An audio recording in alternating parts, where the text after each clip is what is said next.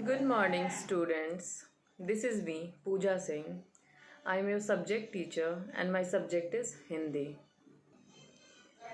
आइए हम चैप्टर 1 के पाठ का अध्ययन करें। लास्ट क्लास हमने कविता का अध्ययन किया, कविता को विस्तृत रूप में समझा।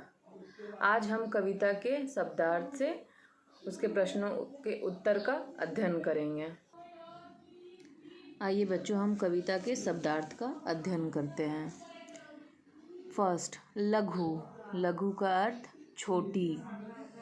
दूसरा, हिमगिरी। हिमगिरी का अर्थ हिमालय पर्वत। तीसरा, हिम। हिम का अर्थ बर्फ। चौथा, वत्सल। वत्सल का अर्थ स्नेही।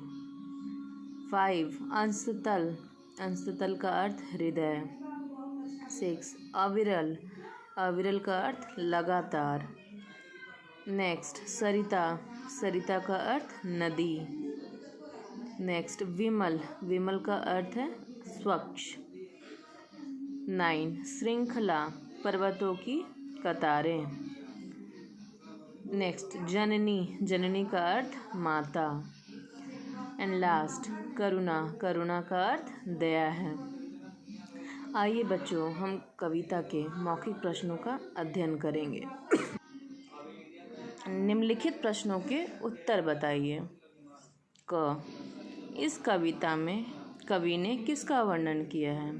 बच्चों, पूछा जा रहा है कि इस संपूर्ण सरिता कविता में कवि ने किसका वर्णन किया है? उत्तर, इस कविता में कवि ने नदी का वर्णन किया है। स्टूडेंट्स, इस कविता में कवि ने नदी का वर्णन किया है।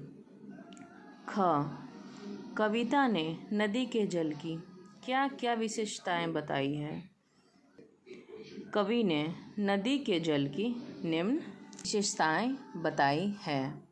नदी का शीतल जल काफ़ी निर्मल होता है। वह हिमगिरी के हिम से निकलकर स्वच्छ दूध के समान बन जाता है।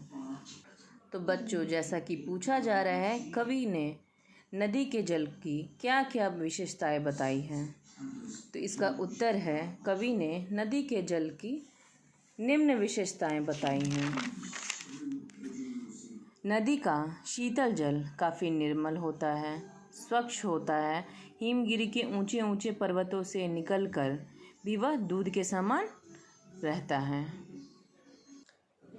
तो बच्चों, आप इस कविता के शब्दार्थ और मौखिक प्रश्नों का अध्ययन करेंगे, उसे अपनी कॉपी में नोट करेंगे और उसे याद करेंगे। इसके बाद इसके लिखित प्रश्नों की जानकारी नेक्स्ट वीडियो में आपको बताई जाएगी।